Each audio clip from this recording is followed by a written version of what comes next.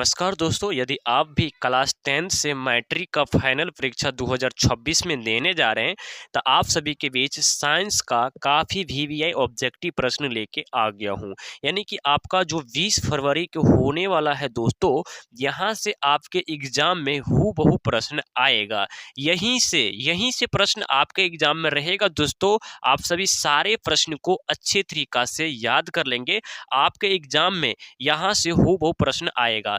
मैं जितना क्वेश्चन दे रहा हूँ, सारा के सारा ऑब्जेक्टिव क्वेश्चन यहाँ से ज़रूर लड़ेगा दोस्तों। तो आप सभी सारे को ऑब्जेक्टिव प्रश्न को अच्छे से याद कर लेंगे और साथ में सारे ऑब्जेक्टिव प्रश्न को बार-बार रिवाइज़िंग कर लेंगे, ताकि आपका जो है ना तैयारी मजबूत हो जाए और आप अच्छा स्कोर एग्ज़ाम में कर सके। तो चलिए पहला नंबर क्वेश्चन से क्लास को हम लोग शुरू करते हैं और पहला नंबर क्वेश्चन है कि इस पौधे में जनन अंग कहाँ पाए जाते हैं। तो दोस्तों आप सभी को याद रखना है, पौधे में जनन अंग जो है ना वह पुष्पों में पाया जाता है, जो कि ऑप्शन यहाँ से इसका B is the right answer हो जाएंगे। उसके बाद यहाँ पे दूसरा नंबर प्रश्न देखेंगे दोस्तों, और दूसरा नंबर प्रश्न है कि इस प्रकाश संश्लेषण की क्रिया होती है। तो दोस्तों आप सभी को याद रखना है, प्रकाश संश्लेषण की क्रिया जो है ना वो हरे पेड़ पौधों में होते हैं। कहाँ होते हैं दोस्तों? तो वो हरे पेड़ पौधों में होते हैं, जो कि ऑप्शन इसका B is the right answer हो जाएंगे। दोस्तों मैं बार-बार कह रहा हूँ, आपके एग्जाम में यहाँ से हूबहू प्रश्न आएगा, तो आप सभी सारे के सारे ऑब्जेक्टिव प्रश्न को याद कर लेंगे। 3 नंबर प्रश्न है कि प्रकाश संश्लेषण क्रिया में ऑक्सीजन जो है ना किससे बाहर निकलती है। तो दोस्तों आप सभी को याद रखना है, वो हो जाएंगे आप सभी को जल से, जो कि ऑप्शन इसका क्या हो जाएंगे ना, ए इज द राइट आंसर हो जाएंगे। 4 नंबर प्रश्न देखेंगे दोस्तों, और 4 नंबर प्रश्न है कि जठर ग्रंथि कहाँ पाई जाती है। तो दोस्तों आप सभी को याद रखना है, जठर ग्रंथि जो है ना वो अमाशय में पाए जाते हैं। कहाँ पे पाए जाते हैं दोस्तों? जो कि वो अमाशय में पाए जाते हैं जठर ग्रंथि, जो कि ऑप्शन यहाँ से B is the right answer हो जाते हैं।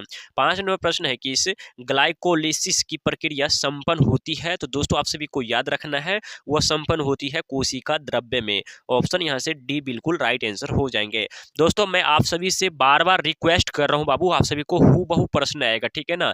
इतना काफी वीवीआई ऑब्जेक्टिव प्रश्न लाया हूँ ना, क्या बताऊँ मैं, ठीक है ना। अभी नहीं पता चलेगा, जब आप एग्जाम दे के आइएगा ना तब आप सभी को पता चलेगा। 6 नंबर प्रश्न है कि इथाइल अल्कोहल किस प्रकार की शोषण से बनता है। तो दोस्तों आप सभी को याद रखना है, वह अवायवीय से बनता है। कहाँ से बनता है दोस्तों? तो वह अवायवीय से बनता है, जो कि ऑप्शन यहाँ से आपका B is the right answer हो जाएंगे। 7 नंबर प्रश्न है कि सबसे छोटी अंतःस्रावी ग्रंथि कौन सी है। तो दोस्तों आप सभी को याद रखना है, सबसे छोटी अंतःग्रंथि स्रावी जो है ना वह पिट्यूटरी हो जाएंगे, जो कि ऑप्शन इसका B is the right answer हो जाएंगे। 8 नंबर प्रश्न है कि दोस्तों पौधे के वायवीय भागों से जल का जो है ना हास्य की क्रिया कहलाती है दोस्तों। तो 8 नंबर क्वेश्चन का राइट आंसर याद रखना है, वह वाष्पोत्सर्जन कहलाती है, जो कि ऑप्शन इसका बी बिल्कुल राइट आंसर हो जाएंगे।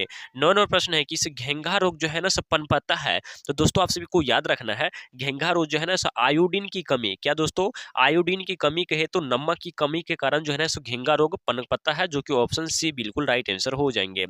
10 नंबर प्रश्न है दोस्तों कि इस रक्त में हल्के पीले रंग के चिपचिपे द्रव को कहते हैं। तो दोस्तों आप सभी को याद रखना है, उसको जो है ना लसिका कहते हैं। क्या कहते हैं दोस्तों? उसको हम लोग लसिका कहते हैं, जो कि ऑप्शन इसका B is the right answer हो जाएंगे। 11 नंबर प्रश्न है कि रक्तचाप मापने के उपकरण को कहते हैं।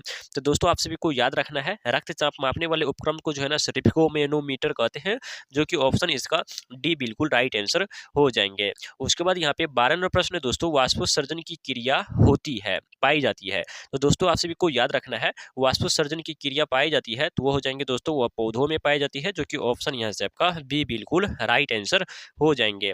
उसके बाद यहाँ पे 13 नंबर प्रश्न है दोस्तों, निम्नलिखित में से जो है ना किसमें खुला परिसंचरण तंत्र पाया जाता है। तो दोस्तों आप सभी को याद रखना है, वो जो है ना तिलचट्टे में जो है ना खुला परिसंचरण तंत्र पाए जाते हैं, जो कि ऑप्शन यहाँ से आपका सी बिल्कुल राइट आंसर हो जाएंगे। 14वां प्रश्न है कि दोस्तों रक्त क्या है। तो दोस्तों आप सभी को याद रखना है, रक्त जो है ना वो एक प्रकार का तरल उत्तक है। क्या दोस्तों? रक्त जो है ना वो एक प्रकार का तरल उत्तक है, जो कि ऑप्शन इसका B is the right answer हो जाएंगे। 15वां प्रश्न है दोस्तों कि मूत्र का पीला रंग किस वर्ण के कारण होता है। तो दोस्तों आप सभी को याद रखना है, मूत्र जो है ना वो पीला किसके कारण होता है, तो वो होता है यूरोक्रोम के कारण, जो कि ऑप्शन इसका सी बिल्कुल राइट आंसर हो जाएंगे। 16 नंबर प्रश्न है दोस्तों, निम्नलिखित में से कौन एक उभयलिंगी जंतु है। दोस्तों मैं आपको बार बार बता रहा हूँ, आप सभी के एग्जाम में हु बहु रहेगा। क्या हु और बहु मतलब जैसा है वैसा ही आएगा आपके एग्जाम में, ठीक है ना। बतर से आप सभी को एग्जाम में यानी कि याद होना चाहिए क्वेश्चन, ठीक है ना। इसका केचुआ राइट आंसर हो जाएंगे। लेकिन फिर क्या करिएगा, आप सभी याद नहीं करिएगा और फिर बाद में आके कमेंट करिएगा सर क्लास से क्वेश्चन नहीं ला रहा है, ठीक है ना। जो रियली में स्टूडेंट पढ़ता होगा और रियली में जो क्वेश्चन को याद करेगा भाई, उसको तो मजा आ जाएगा, ठीक है ना। चलिए 17वां प्रश्न है, किस ऊर्जा रक्त में कहां से प्रवेश करती है। तो दोस्तों आप सभी को याद रखना है, ऊर्जा जो है ना रक्त में जो है ना वो कहां से प्रवेश करती है, तो वह यकृत से प्रवेश करती है, जो कि ऑप्शन यहाँ से आपका सी बिल्कुल राइट आंसर हो जाएंगे। 18वां प्रश्न है, किस जैव अवर्धन प्रदर्शित करने वाला रसायन है। तो दोस्तों आप सभी को याद रखना है, वो हो जाएंगे डीडीटी, जो कि इसका ऑप्शन यहाँ से आपका डी बिल्कुल राइट आंसर हो जाएंगे। उसके बाद यहाँ पे अगला नंबर प्रश्न देखेंगे दोस्तों। उसके बाद यहाँ पर 19 नंबर प्रश्न है, किस निम्नलिखित में से जो है ना कौन एक प्राथमिक उपभोक्ता है। तो दोस्तों आप सभी को याद रखना है, प्राथमिक उपभोक्ता जो है ना वह शाकाहारी हो जाएंगे। कौन हो जाएंगे दोस्तों, तो वह शाकाहारी हो जाएंगे। ऑप्शन यहाँ से भी बिल्कुल राइट आंसर हो जाएंगे। 20 नंबर प्रश्न है, किस निम्नलिखित में से कौन जो है ना एक भूमिगत जल का उदाहरण है। तो आप सभी को याद रखना है दोस्तों, भूमिगत जल का उदाहरण जो है ना वो कुएं हो जाएंगे। क्या हो जाएंगे दोस्तों, तो वह कुएं हो जाएंगे, जो कि ऑप्शन यहाँ से ए बिल्कुल राइट आंसर हो जाएंगे।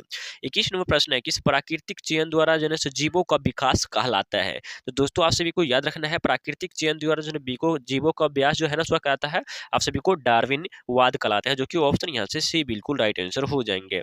चलिए 22 नंबर प्रश्न दोस्तों, मैं आप सबसे फिर से बोलने जा रहा हूँ, बहु प्रश्न है, आप सभी को एग्जाम में याद कर लेना है, ठीक है ना। हु बहु यहीं से प्रश्न आएगा, करा किस हरे पेड़ पौधे कहलाते हैं। तो दोस्तों आप सभी को याद रखना है, हरे पेड़ पौधे जो है ना क्या कहलाते हैं, तो वो उत्पादक कहलाते हैं दोस्तों, जो कि ऑप्शन इसका सी बिल्कुल राइट आंसर हो जाएंगे। चलिए 23 नंबर प्रश्न दोस्तों, किस अंडोत्सर्जन का जो है ना कारण है। तो दोस्तों आप सभी को याद रखना है, वो क्या हो जाएंगे ना, तो हो जाएंगे LH, यानी कि ऑप्शन यहाँ से क्या हो जाएगा ना ए राइट आंसर हो जाएंगे। 24 नंबर प्रश्न है दोस्तों, किस कौन लैंगरहैंस की द्वीपिका कहाँ पाई जाती है। तो दोस्तों आप सभी को याद रखना है, लैंगरहैंस की द्वीपिका जो है ना वो अग्नाशय में पाई जाती है, जो कि ऑप्शन यहाँ से आपका ए इज द राइट आंसर हो जाएंगे। 25 नंबर प्रश्न है दोस्तों, किस थायरॉक्सिन हार्मोन के संश्लेषण में निम्नलिखित में से किसका जो है ना होना आवश्यक है। तो दोस्तों 25 नंबर क्वेश्चन का राइट आंसर याद रखना है दोस्तों, तो उसमें जो है ना आयोडीन का होना आवश्यक है, जो कि ऑप्शन यहाँ से डी बिल्कुल राइट आंसर हो जाएंगे। 26 नंबर प्रश्न है दोस्तों, किस निसर्ग कणिका पाई जाती है। तो दोस्तों 26 नंबर क्वेश्चन का राइट आंसर याद रखना है, वो हो जाएंगे न्यूरॉन में, जो कि ऑप्शन यहाँ से सी बिल्कुल राइट आंसर हो जाएंगे। उसके बाद यहाँ पे 27 नंबर प्रश्न है, किस मानव मस्तिष्क का जो है ना वजन है। आपको याद रखना है, मानव मस्तिष्क का जो है ना वजन कितना होता है। तो होता है आप सभी को कितना, तो 0.5 से लेके 0.5 से लेके 0.5 से लेके 1.5 kg तक, ठीक है ना, जो कि ऑप्शन यहाँ से क्या हो जाएगा ना बी बिल्कुल राइट आंसर हो जाएंगे। 28वां प्रश्न है, किस निकट दृष्टि दोष अथवा दूरदृष्टि दोष को आवरण के लिए कौन सा लेंस प्रतिबिंब होता है। तो 28 को क्वेश्चन राइट आंसर याद रखना है दोस्तों, तो वो हो जाएंगे आप सभी को कौन, तो वो हो जाएंगे आप सभी को वास्तविक, कौन वास्तविक और उल्टा, जो कि ऑप्शन डी बिल्कुल राइट आंसर हो जाएंगे। 29वां प्रश्न है दोस्तों, किस साइड मिरर के रूप में निम्नलिखित में से कौन प्रयुक्त होता है। तो दोस्तों आप सभी को याद रखना है, साइड मिरर के रूप में जो है प्रयुक्त जो है ना वो उत्तल दर्पण होता है। कौन होता है दोस्तों, वो उत्तल दर्पण होता है, जो कि ऑप्शन यहाँ से ए बिल्कुल राइट आंसर हो जाएंगे।